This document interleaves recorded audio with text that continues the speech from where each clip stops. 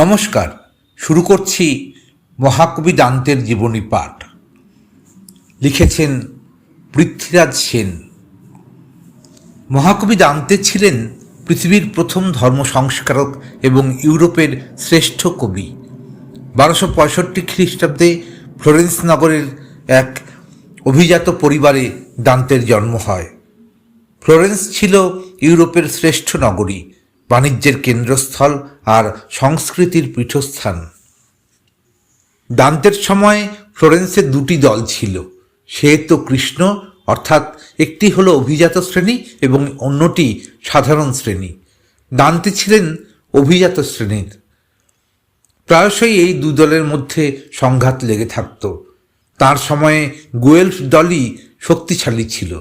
শিক্ষা শেষে সৈনিক হিসাবে দান্তে দুবার যুদ্ধে যোগদান করেন। কিছুকাল রাষ্ট্রদূতাবাসের পদস্থ কর্মচারী হিসাবে কাজ করেন।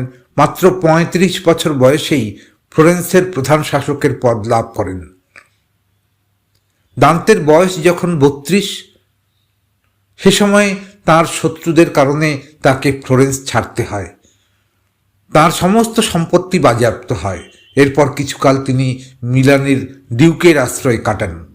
একাকী পথ চলতে চলতে দুঃখ বেদনার মধ্যে দিয়ে তার নতুন জন্ম হয়। কবি আসেন এরপর বাভেন্না শহরে। এইখানে তিনি স্থায়ীভাবে বসবাস শুরু করেন। 56 বছর বয়সে এখানেই তার মৃত্যু হয়। তার লেখা বিখ্যাত কাব্য ছিল ডিভাইন কমেডি। তার কাব্যের নায়িকা ছিলেন বিয়াত্রিস, যাকে কবি তার 9 বছর বয়স থেকে ভালোবেসেছিলেন নীরবে। তার প্রথম রচনা ভিটা নুওভা কাব্যের নায়িকা হলেন বিয়াত্রিস। জীবনের মাঝপথে দান্তে এই কাব্য লিখতে শুরু করেছিলেন। প্রথম কাব্যে তিনি যে প্রেমতত্ত্ব গড়ে তুলেছিলেন, পরিণত বয়সে রচিত মহাকাব্যে তিনি সেই তত্ত্বকে পরিপূর্ণ রূপ দিলেন।